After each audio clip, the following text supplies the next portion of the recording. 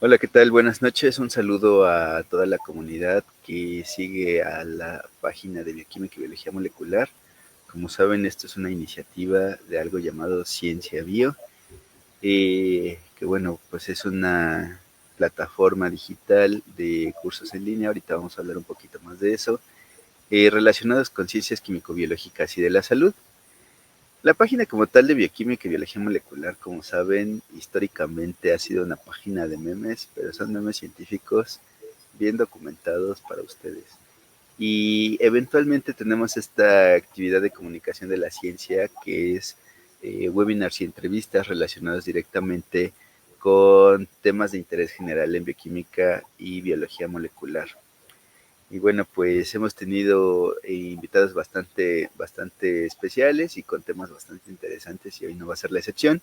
Hoy está con nosotros el maestro en ciencias Amin Mora.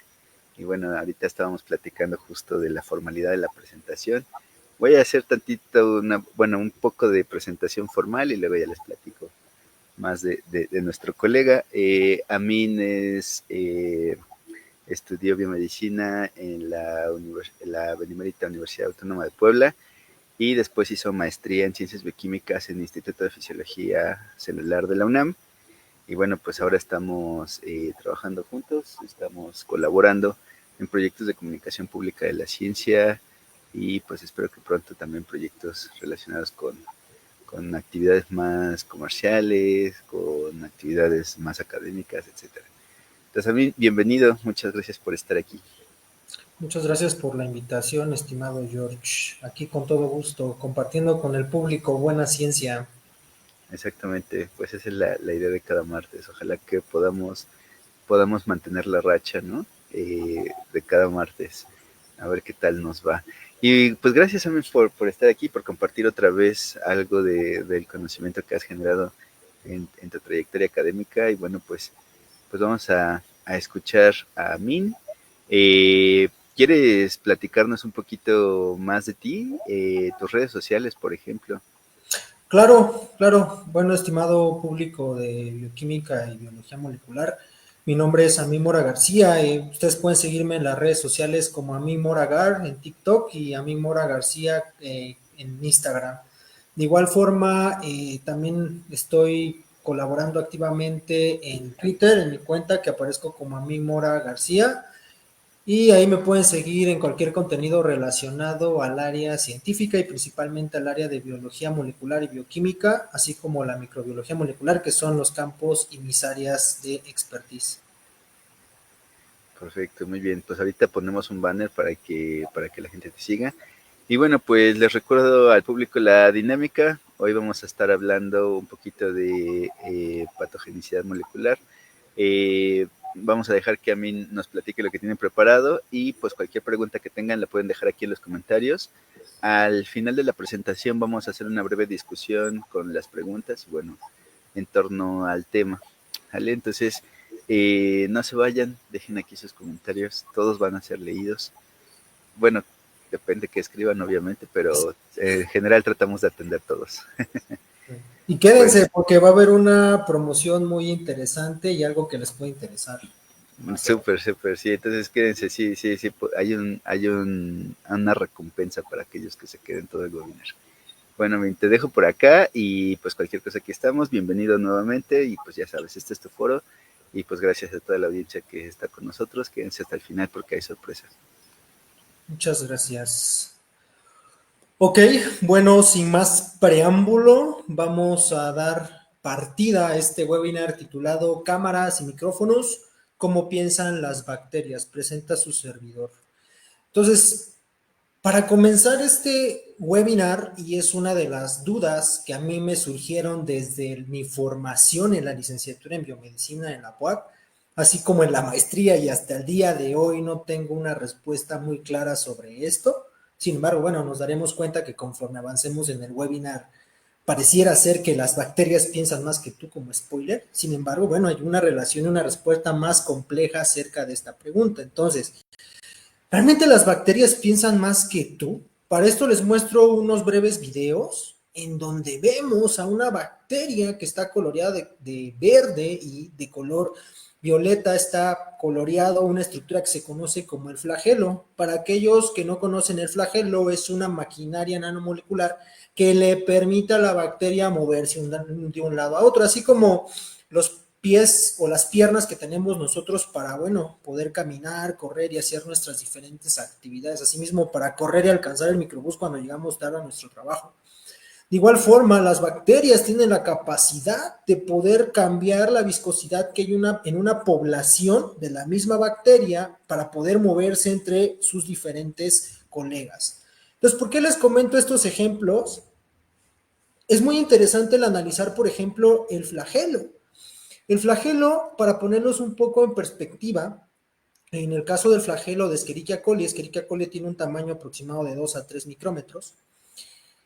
Hagan de cuenta que el flagelo tiene la capacidad de hacer que la bacteria se mueva a una velocidad de 35 micrómetros sobre segundo. Si nosotros lo extrapolamos a un ser humano común y corriente, como un ser humano, por ejemplo, que tiene una altura de 1.7 metros, hacemos una regla de 3, una ecuación aritmética, y sacamos la proporcionalidad de la velocidad. Si la bacteria tuviera el mismo tamaño que un humano, daría un sorprendente valor de aproximadamente 107 kilómetros por hora.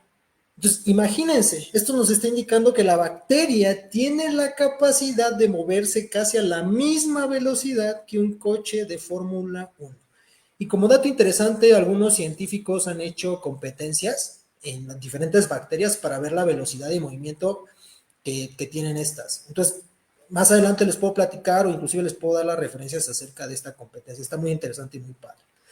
Entonces, ¿por qué les digo estos dos ejemplos? Porque son ejemplos muy claros de cómo la bacteria tiene la capacidad de adaptarse con lo que tiene para lograr que sobrevivir, que es el fin último que tiene una bacteria, así como los diferentes organismos que habitan en el mundo. Otro ejemplo muy claro y que les muestro de este lado, que a lo mejor no es muy claro, esto es un experimento que hicieron para ver la resistencia a los antibióticos en las bacterias. Aquí lo que podemos ver en este video, no me voy a meter a detalles a explicarles todo el experimento, pero aquí lo que podemos ver es que en esta placa grandota, es una placa de un gel medio rico, con concentraciones crecientes de antibiótico. Aquí lo que podemos ver es que la bacteria tiene la capacidad de adaptarse a estas concentraciones crecientes de antibiótico, inclusive cubrir completamente esta placa. Entonces, vemos que las bacterias utilizan diferentes estrategias para poder sobrevivir al medio. Entonces, comparando y regresando al auto de Fórmula 1, comparando con la bacteria, pues evidentemente la bacteria, con lo que tiene, nos da en la torre. Entonces, ahora les quiero platicar de este fenómeno de la resistencia a los antibióticos. También les recuerdo que tenemos, o anteriormente yo di un webinar relacionado un poco más a este tema. Si ustedes quieren saber más acerca de la resistencia a los antimicrobianos, los invitamos, bueno, a que consulten este webinar y datos interesantes acerca de este fenómeno. Aquí lo que les presento es que este fenómeno de la resistencia a los antimicrobianos, que es una de las adaptaciones que tiene la bacteria, que es favorecida por diferentes factores, está presente en nuestro país. No sé si ustedes vieron las noticias del año pasado, si no mal recuerdo fue en diciembre, en donde justamente una bacteria como lo puede ser Klebsiella causó alrededor de 17 muertes en un brote intrahospitalario en niños menores de 13 años. Entonces, aquí vemos la importancia del por qué es necesario e interesante e importante estudiar la resistencia a los antimicrobianos para combatir este tipo de enfermedades y evitar el deceso de los infantes. Asimismo, les quiero platicar de una experiencia personal que no solo desde el aspecto intrahospitalario, sino también desde el aspecto personal o familiar. No sé si ustedes en algún momento, claro que aquí tenemos diferentes personas con una gran variedad de background y de diferentes carreras y formación, pero supongamos que ustedes en algún momento, su mamá, su papá, su abuelita les dijeron, si ustedes están estudiando carreras relacionadas al área químico-biológica o ciencias de la salud, oye, hijito, ¿puedo tomarme este antibiótico que tu mamá no se acabó para yo contrarrestar la infección que tengo en las vías respiratorias? Entonces, esto les pregunto porque es una pregunta común que a mí me hacían durante mi formación en la licenciatura, empezando la licenciatura, durante y al finalizar mi formación, inclusive cuando me especialicé en temas relacionados a la microbiología molecular. Para mí es algo que me motiva día con día el tratar de informar y formar ciudadanos conscientes acerca de este tema tan delicado como es la resistencia a los antimicrobianos.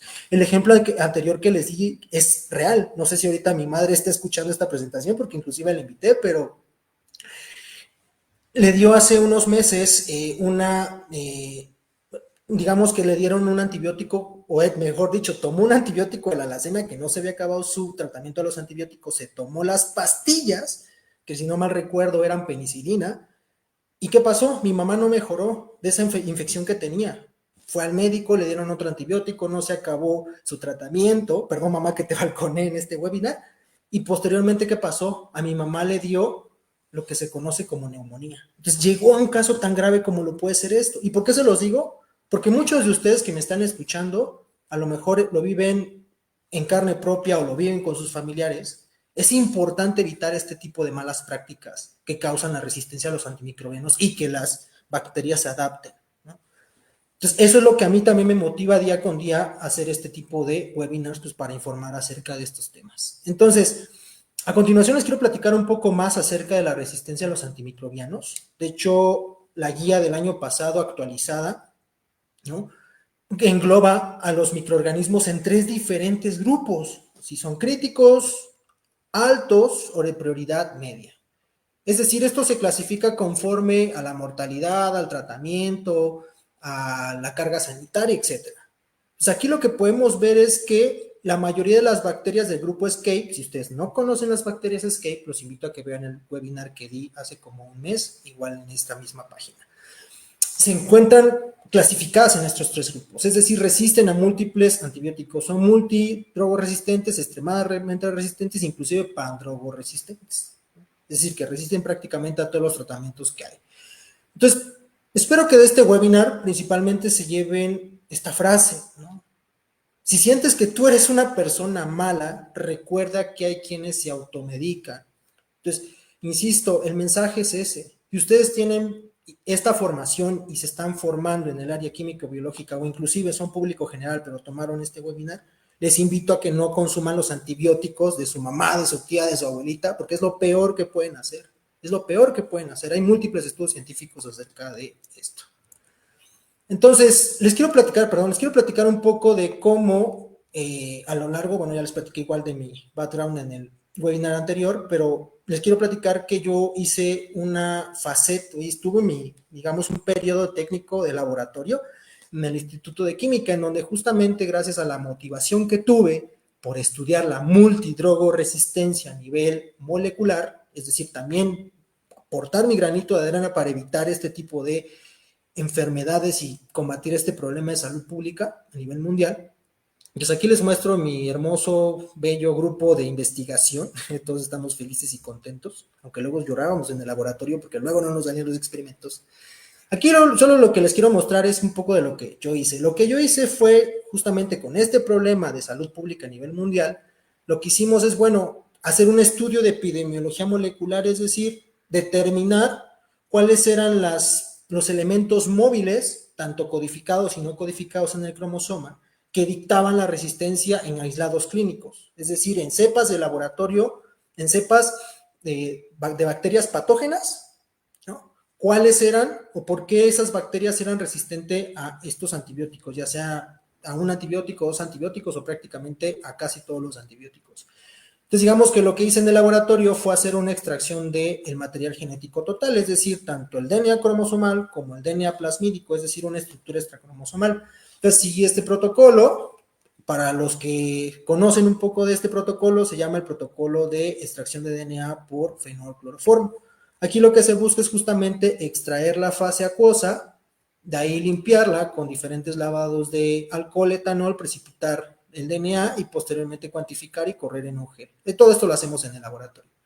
El chiste es que de todo este procedimiento y de toda esta estancia temporal que hice en el Instituto de Química de la UNAM, extraímos alrededor de unas 150, 165 diferentes extracciones de DNA de los patógenos del grupo ESCAPE.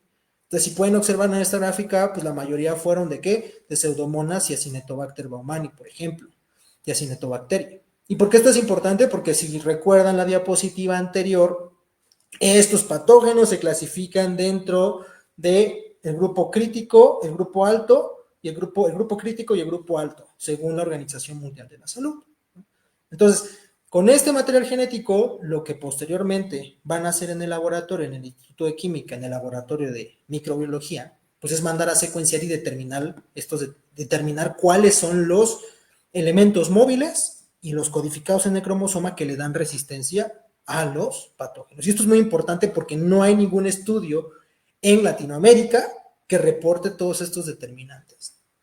Entonces, ¿por qué les platico esto? Porque yo considero, regresando a las bacterias para mí son el mayor actor que puede haber, inclusive comparando con las grandes personalidades y los famosos de Hollywood, porque tienen una gran cantidad de facetas y son versátiles. No sé si ustedes, estimado público, les gusta el séptimo arte del cine. Igual les invito a que no todo es ciencia en el laboratorio, también hay ciencia en el cine, hay ciencia en un museo, hay ciencia inclusive en la música. Entonces yo les invito a que también complementen su formación científica también haciendo este tipo de actividades. ¿Por qué les muestro esta imagen? Bueno, este es Christian Blake. El que no lo conozca es muy conocido porque interpretó a Batman en la trilogía de Christopher Nolan.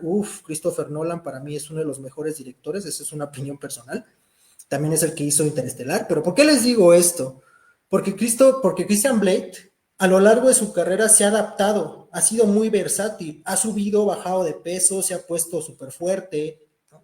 Por ejemplo, en el papel como el Caballero de la Noche, pues justamente subió muchos kilos de masa muscular. Posteriormente, en su papel de la Gran Estafa, subió su cantidad de grasa corporal. En El Maquinista, que fue una de las grandes películas que hizo, también bajó una gran cantidad de peso. Entonces aquí vemos cómo un humano se puede adaptar de acuerdo al contexto. Pues lo mismo pasa en las bacterias. Las bacterias es como este estuche de herramientas en donde ¿qué puede hacer la bacteria? En algún momento puede moverse más rápido, en algún momento hay algunas bacterias que pueden producir inclusive electricidad, en algún momento alguna bacteria también se puede encapsular, se puede formar una capa para evitar ser eliminada por el sistema inmunológico. Entonces, yo lo que les quiero mostrar es que justamente el humano y la bacteria tienen diferentes facetas, pero la bacteria es más fascinante por lo siguiente que les voy a platicar. Entonces, supongamos que la bacteria es este estuche multifuncional. Entonces, este estuche multifuncional que es la bacteria, pues bueno, tiene, por ejemplo, pinzas, tiene, por ejemplo, un cúter, tiene desarmadores, tiene brocas tanto para metal, brocas para concreto, un taladro, etcétera, ¿no? Cada una de estas piezas que conforman el estuche es como si fueran los factores de virulencia de la bacteria, que son aquellas componentes o aditamentos que le ayudan a invadir, colonizar exitosamente al hospedero. Entonces, aquí lo que vemos justamente pues son todos estos aditamentos. Por ejemplo, tenemos adhesinas, tenemos fimbrias, la cápsula, tenemos también transportadores, bueno, en el caso de gram positivas y gram negativas, también tenemos sistemas de secreción, por ejemplo, el sistema de secreción tipo 1, tipo 2, tipo 3, hay bastantes sistemas de secreción. Entonces, aquí principalmente me quiero enfocar en el sistema de secreción tipo 3, que es el sistema de secreción favorito, el cual yo estudié también en el proyecto de maestría, así como parte del proyecto de licenciatura. Entonces, a continuación les voy a platicar acerca un poco más del sistema. Igual, si ustedes quieren conocer un poco más a nivel mecánico cómo funciona este sistema, los invito a que revisen el webinar que di anteriormente. Entonces, también, para seguir la historia del webinar anterior, les platiqué un poco de Escherichia coli enteropatógena, que es la bacteria que yo trabajé durante la licenciatura y durante la maestría. Entonces, les platiqué que existe una jeringa molecular conocida como el sistema de secreción tipo 3, que está conformada por componentes extracelulares, cuerpo basal y componentes citoplasmáticos, ¿no? Para los cuates, insisto, se llama jeringa molecular. Entonces, ¿por qué les muestro esto? Porque justamente para que se pueda expresar, transcribir, traducir y formar esta maquinaria tan compleja como es la jeringa molecular, se necesita la regulación a nivel transcripcional. Es decir, cómo se van a transcribir los genes que me van a codificar para esas proteínas. Aquí les muestro un esquema muy general de cómo es esta regulación transcripcional, es decir, qué es lo que pasa dentro de la bacteria. Ok, les platico un poco el contexto. La bacteria llegó al nicho de colonización, que es el intestino delgado. No quitemos de lado todo lo que tuvo que recorrer y todo lo que tuvo que pasar. Ok, ya llegó al intestino delgado, hay señales que la bacteria va a detectar: 37 grados, bajas concentraciones o nulas concentraciones de amonio, así como otro tipo de factores que le van a favorecer justamente expresar estas estructuras. ¿Y justamente cómo sucede? Pues esto que les acabo de comentar. Entonces, para ponerlos un poco en contexto, E. coli, EPEC, tiene este plásmido, EAF para los cuates, y tiene esta isla de patogenicidad que se llama LE, así le vamos a llamar, LE. Esta se encuentra en el cromosoma y este se encuentra fuera del cromosoma. ¿Por qué les muestro esta estructura? Porque todas estas flechas de color negro codifican para la mayoría de los elementos estructurales, o todos los elementos estructurales, perdón, de la jeringa molecular. Asimismo, como las proteínas que se van a inyectar, que les platicaba en el webinar pasado, insisto, para que tienen un poquito más acerca de cómo se inyectan o la dinámica, los invito a que vean el webinar pasado. Entonces, ¿qué pasa aquí? Aquí lo interesante es que hay una comunicación entre el plásmido y la isla de patogenicidad. Esto es muy interesante.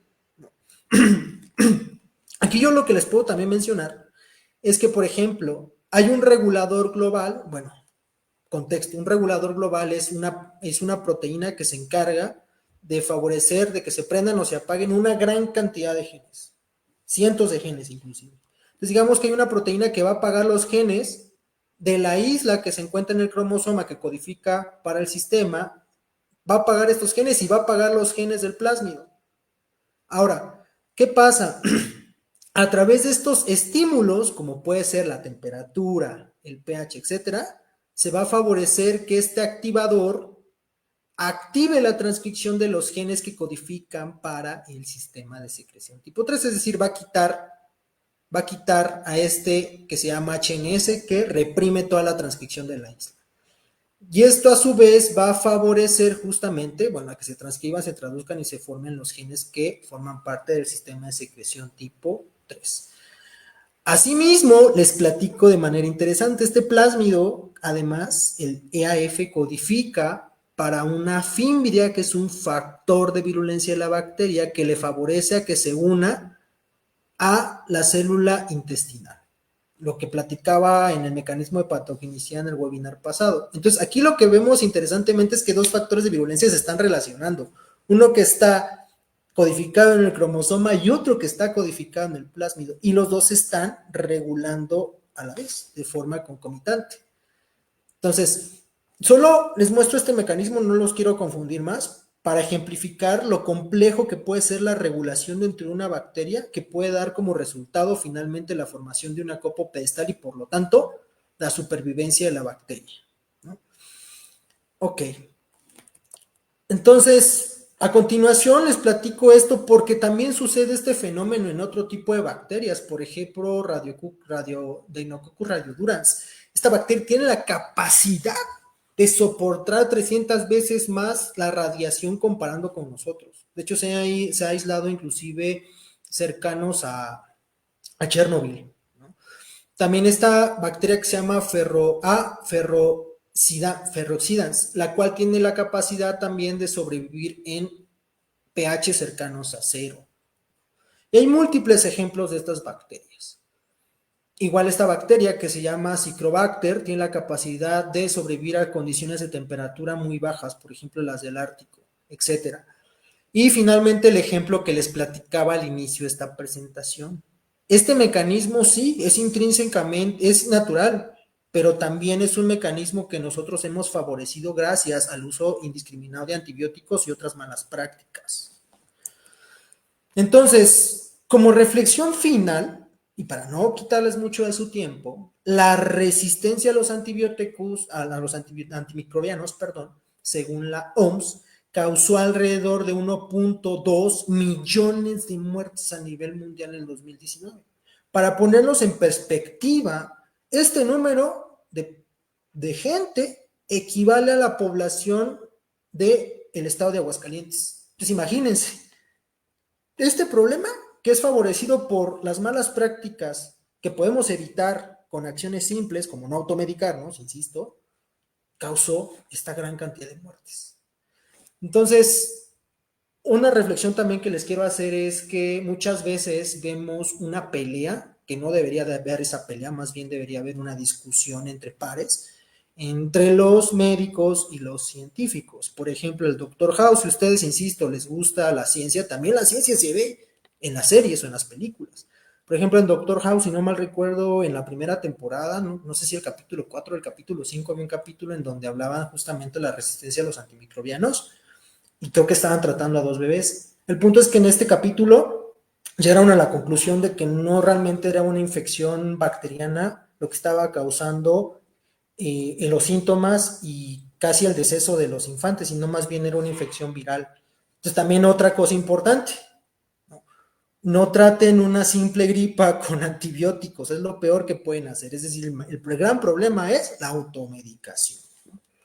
Regresando al punto, hay una pelea entre los doctores y los científicos, ¿no? Porque los médicos y los científicos. Los médicos normalmente tienen este acercamiento más con los pacientes, ¿no? Tienen un enfoque más clínico, la sintomatología, los signos, los estudios, por ejemplo. En el caso de los científicos, por ejemplo, como la esposa de Sheldon, si a ustedes igual les gusta la física, los invito a que vean Big Bang Theory, también es una excelente serie en donde se la pueden pasar bomba.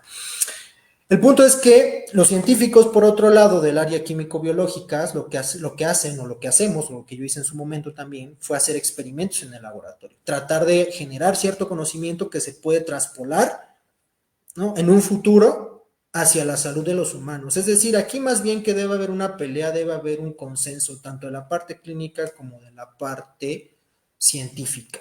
Es decir, la parte clínica es importante, la parte también científica es importante, como la parte molecular, la biología molecular, etcétera, y las dos se pueden conjuntar para darle respuesta y solución a un problema como la resistencia a los antimicrobianos. Entonces, aquí les va un comercial. Actualmente estamos ofertando 2 cursos, que es patogenicidad molecular y resistencia a los antimicrobianos, a través de la plataforma de Ciencia Bio. Si ustedes ya nos conocen, tenemos más de 10 años de experiencia. Asimismo, tenemos 500 opiniones positivas acerca de estos cursos. Yo actualmente voy a dar, y que es un curso nuevo, es el de patogenicidad molecular. Es decir, para que entiendan ustedes desde un mecanismo, desde un apartado molecular, cómo sucede esto de la infección, cuáles son los factores de virulencia, etcétera. Y que también otra cosa muy importante, que aquí les lanzo esta pregunta, ¿qué es un patógeno?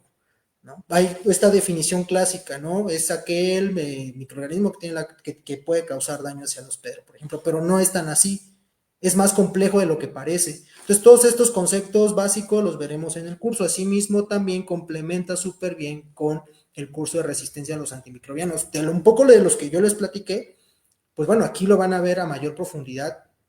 Entonces, les invitamos a que se inscriban estos 2 cursos. Asimismo, si ustedes están interesados en tomar estos 2 cursos, les podemos dar un pequeño descuento. Lo prometido es deuda, lo que decíamos al principio del webinar. Si ustedes se quedaron al final, manden ahí en el chat el código de descuento Doctor House. Si ustedes adquieren estos 2 cursos, les vamos a dar un pequeño descuento.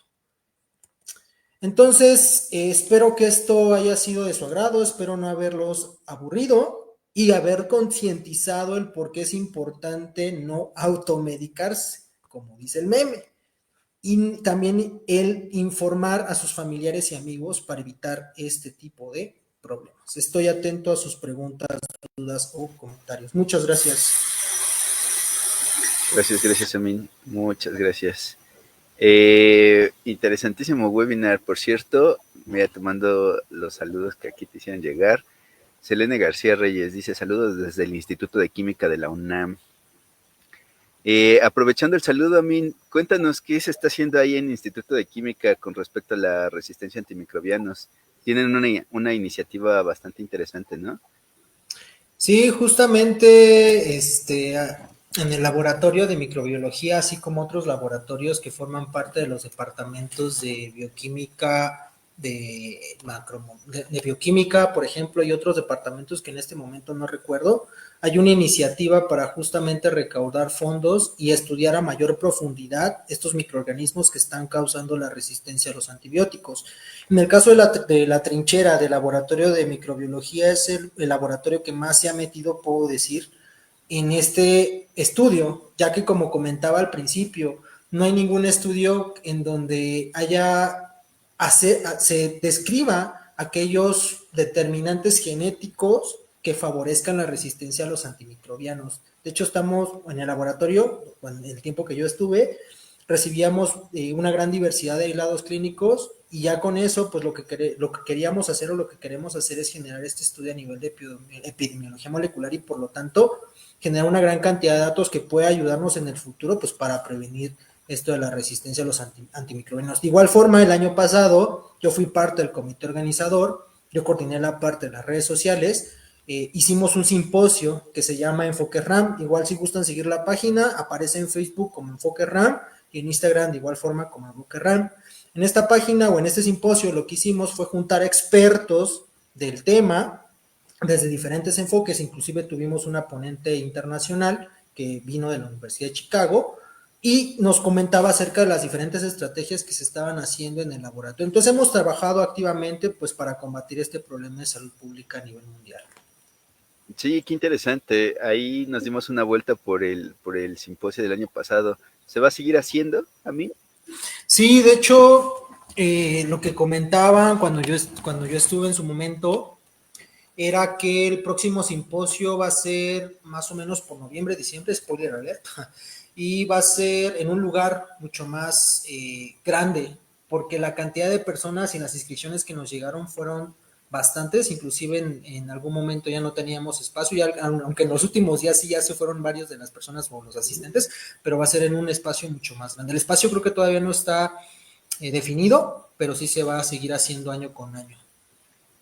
Perfecto. También por ahí hacer el otro comercial, aprovechando la invitación de Amin. Tenemos a final de año también los congresos de la Sociedad Mexicana de Bioquímica, de las diferentes ramas, y por ahí hay una bastante afín que es la de bioquímica y biología molecular de bacterias.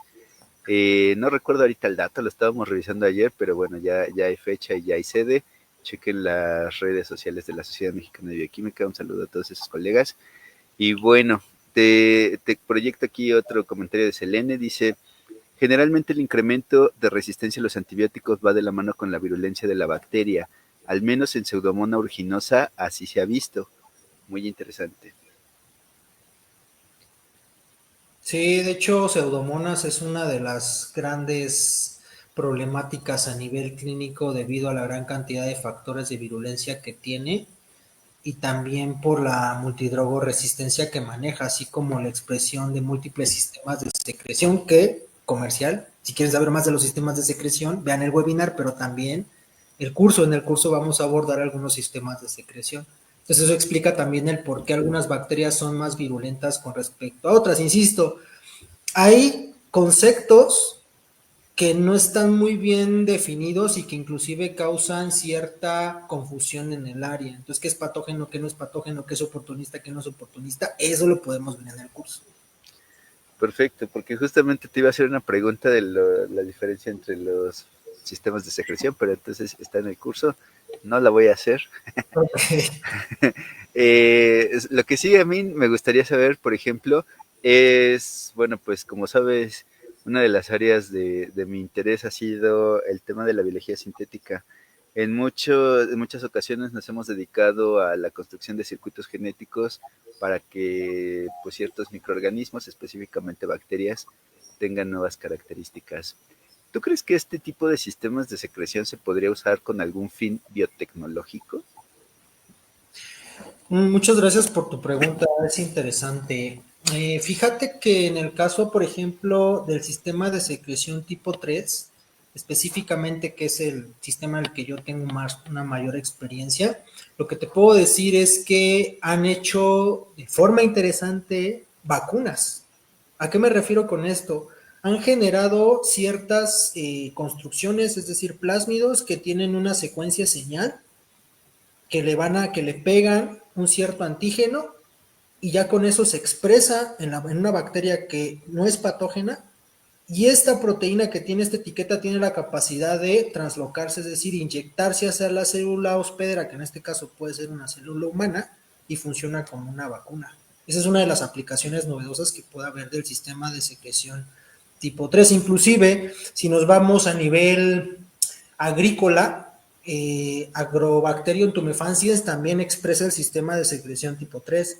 Entonces este lo expresa como para favorecer la respuesta inmune y activar en los nódulos de la planta para favorecer, para activar este mecanismo que tiene que ver con la fijación del nitrógeno. Entonces, no me acuerdo muy bien en qué paper lo leí, pero también utilizan esta secuencia señal para justamente estimular esta respuesta inmunológica en las plantas y favorecer el incremento y la producción de alimentos. Súper interesante, porque ahorita en el laboratorio estamos probando con péptidos de secreción que han resultado poco eficientes, pero bueno, ya ahí te platicaré con más detalle. Y bueno, también otra cosa que me llama mucho la atención desde, pues es la relación que hay entre, o la conexión, digamos, pensándolo así como un circuito génico, justamente eso, entre el plásmido y la isla de patogenicidad. Se han visto otros ejemplos de acoplamiento plásmido-genoma como este? Fíjate que es como, para mí, es una de las decisiones del por qué decidí seguir, a nivel personal, decidí estudiar esta bacteria. Porque al menos en la bibliografía que yo he consultado, muy pocas bacterias presentan este tipo de conexión o de comunicación que puede existir entre un plásmido que se adquirió en un evento diferente de transmisión genética y de patogenicidad. Sin embargo, uno de los casos particulares de los que yo te puedo decir que sí existen es en el caso de Legionella pneumoniae, me parece. No me acuerdo cuántos plásmidos inclusive tiene Legionella, porque tiene un chorro, pero creo que también existe este mecanismo de control a nivel genético y a nivel de regulación transcripcional que permite justamente regular la secreción, en este caso de Legionella, de toxinas y proteínas efectoras, que son alrededor de 200 proteínas, si no mal recuerdo, inclusive más. Eso me lleva a la siguiente pregunta. O sea, por ejemplo, si un sistema que tiene como, o sea, que sirve, digamos, como un factor de virulencia o que codifica con tantos genes para una característica que es un factor de virulencia, o sea, el hecho de que sean tantos genes no lo hace un sistema poco robusto. Es decir, si hubiera una mutación en uno solo, pues se supone que ya no sirve el sistema, ¿no? ¿Qué tan robusto, digamos, es pues, digamos, este sistema como factor de virulencia? Muchas gracias por tu pregunta, es muy interesante y él también es una de las... Esta pregunta me da parte a contestar del por qué también yo sigo en este momento en mi vida, pienso que las bacterias sí piensan más que nosotros y por qué. En este esquema que les platiqué, que se les platiqué de manera muy rápida, en el caso específico, por ejemplo, de LERT, LERT es una proteína que regula, de hecho se le conoce como el regulador maestro de la isla, de los genes que codifican para todo el sistema de secreción tipo 3, ¿ok? También está o hay una actividad redundante de, de otro regulador que se conoce como GRLA. GRLA se encuentra codificado en la misma isla, pero también regula de forma positiva todo el sistema. ¿Por qué digo esto? Porque obviamente uno y otro se puede activar en un estímulo en específico. Por ejemplo, en el caso de GRLA se activa principalmente cuando hay 5% de CO2 en el medio. LER se activa principalmente en condiciones de aireación, sin embargo no es blanco y negro, no es una respuesta de todo o nada. Es decir, va a haber una cierta cantidad de LER, va a haber una cierta cantidad de GRLA, a lo mejor menos, pero va a haber. Entonces, ¿qué quiero decir con esto? Cuando se quita un activador, el otro puede suplir la función y por lo tanto favorecer la transcripción de los genes de la isla y del sistema de secreción tipo 3 y lograr la colonización de PEC. En este caso específico en EPEC, este sistema de secreción tipo 3 es importante, inclusive imprescindible para que pueda establecer y formar el pedestal, ya que a través de este sistema se va a traslocar una proteína que le permite formar el pedestal y sobrevivir. Es decir, si no está, pelas, no se puede establecer en el enterocito. Wow, súper interesante. Por ejemplo, esta lámina que nos estás mostrando, que es el circuito genético de todo esto, la verdad es súper complejo. Y justo dijiste algo bien interesante que normalmente digo en clase, digo y aprovecharé el comentario también para mencionarlo aquí en este foro, que era el primer circuito genético, ¿no? Descrito, que es el operón de lactosa, el que le dio el premio Nobel a Monod y su grupo. Tampoco es una respuesta a todo o nada, ¿no? Que normalmente lo vemos así como, pues o se encienden totalmente o se apagan totalmente. Y entonces, por ejemplo, en biología sintética se usa mucho la analogía del interruptor de luz, donde solo tienen dos estados, o sí, dos estados discretos, digámoslo así, o encendido o apagado, pero no hay nada en medio. Y en realidad pues no es así porque pues más bien hay tasas de transcripción pues que aumentan o disminuyen en función del estímulo exterior, ¿no? Que además pues depende de la concentración del inductor, del correpresor o del efector en general. Y entonces, bueno, pues hay que considerar que esto es un sistema más complejo que el todo o nada que normalmente tendemos pues a modelar. Y justamente en ejercicios de biología científica, por ejemplo, pues se ha sustituido, por ejemplo, el modelado matemático de esos circuitos genéticos se ha sustituido por ecuaciones diferenciales donde justo como que se toma en cuenta todo un rango de concentraciones, ¿no? De los efectores y como estos es un sistema dinámico súper complejo. Entonces, aún el operón de lactosa, que es como súper sencillito, pues termina siendo muy complejo si lo estudiamos dinámicamente. Entonces, no me imagino este sistema que nos estás presentando, qué tan complejo podría llegar a ser, ¿no? En realidad, como mencionas, hay elementos redundantes, o sea, eso quiere decir que pues es más robusto de lo que pareciera, ¿no? Y que responda a diferentes estímulos externos y demás, ¿no? Pues qué interesante, Amin. Está muy, muy interesante. Te mando, te proyecto saludos que te enviaron por aquí. Alonso dice saludos y Karen Luria también. Selene nos contestó que es a fines de octubre. Me parece que se refería al congreso justo de la rama de bioquímica y biología molecular de bacterias. Y bueno, pues por ahora, creo que esas son todas las preguntas, Amin. Quería preguntarte una opinión más que una pregunta técnica. Hablabas mucho de esta, bueno, hablabas al final de esta pelea entre médicos y científicos, ¿no? ¿Cómo crees que eh, podríamos colaborar mejor? ¿Qué crees que esté faltando, pues?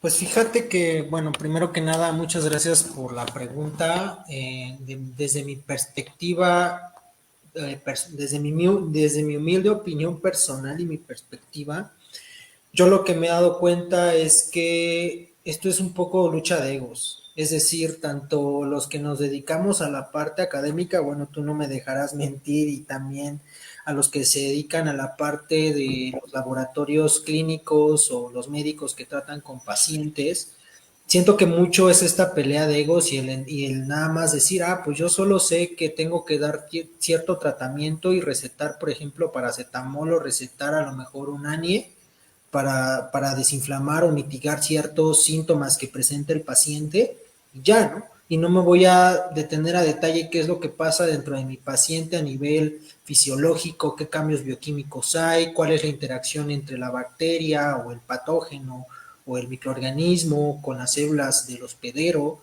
¿no? Porque el fin último, y lo entiendo, es mitigar, aliviar dolor y lograr un bienestar de salud. Y en el caso de la investigación científica, la investigación básica y académica que normalmente se hacen en los laboratorios, pues nos centramos mucho en esto, ¿no? En generar ciencia básica que en algún momento puede que sí, puede que no, se pueda utilizar para darle una aplicación. Entonces, yo la solución que veo es sentarnos a discutir de manera respetuosa tanto lo que el médico sabe como lo que sabe los científicos, y llegar a una conclusión para mitigar este tipo de problemáticas, ¿no? Porque inclusive gracias a los experimentos que se han hecho de resistencia a los antimicrobianos, pues justamente se ha dado como pauta de saber, bueno, qué tan grave es, qué tantas muertes se están generando, ¿no? En tal país y por qué se están generando. En el caso de los médicos, pues bueno, gracias a las prácticas que ellos hacen, se han salvado múltiples vidas. Yo la solución que veo es más bien tratar de aprender de ambos campos. Nadie va a ser experto en el campo, evidentemente, nos especializamos. Sin embargo, bueno, para tratar de hablar el mismo lenguaje, así como por ejemplo cuando vamos nosotros a otro país, ¿no? Estados Unidos, pues bueno, a lo mejor no sabemos ni somos hablantes nativos del inglés, pero tratamos de aprender el idioma y el lenguaje para darnos a entender y a lo mejor pedir una hamburguesa, a lo mejor llegar a tal punto de la ciudad. Entonces, algo similar tiene que pasar para que la ciencia y un problema de salud pública como la resistencia a los antimicrobianos se resuelva. Sí, efectivamente. Por cierto, una disculpa, se murió mi cámara. Pero sí tienes razón. Por ejemplo, tú que has organizado estos eventos de resistencia a antimicrobianos, ¿has tenido concurrencia de gente de la parte clínica? O sea, ¿han ido médicos, por ejemplo, a este tipo de eventos? Fíjate que en el caso particular mío, en el rol que yo estuve jugando en el enfoque, yo no vi mucha participación de los médicos. Sin embargo, mi respuesta puede estar un poco sesgada porque no tengo el dato en este momento de los asistentes que se conectaron en vivo. Puede ser que a lo mejor sí haya uno que otro. Sin embargo, según yo, también se invitó a una universidad que es la Universidad de Ixtlahuaca, que creo que también no estoy muy seguro, pero ofertan carreras de ciencias de la salud, entonces creo que también hubo ciertos asistentes. Ahora bien, de mi lado yo invité, justamente como era organizador, invité a algunos conocidos que forman parte de esta área con los que he tenido ciertas como discusiones, de manera respetuosa, claro, acerca de la resistencia a los antimicrobianos. Entonces, a lo que yo veo es que poco a poco la sociedad y tanto los médicos como el personal de salud está siendo cada vez menos renuente a asistir a este tipo de congresos para empaparse de otra información diferente y un enfoque diferente para afrontar la resistencia a los antimicrobianos.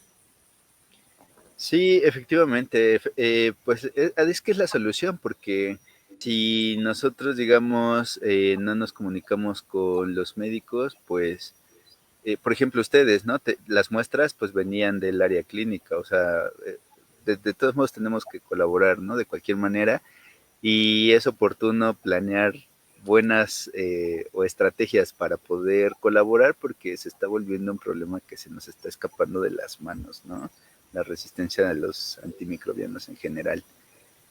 ¿Tú cómo ves el panorama en un futuro a mediano plazo, digamos, no un futuro tan cercano, pero crees que sí podamos atender de manera eficiente el problema o seguirá creciendo?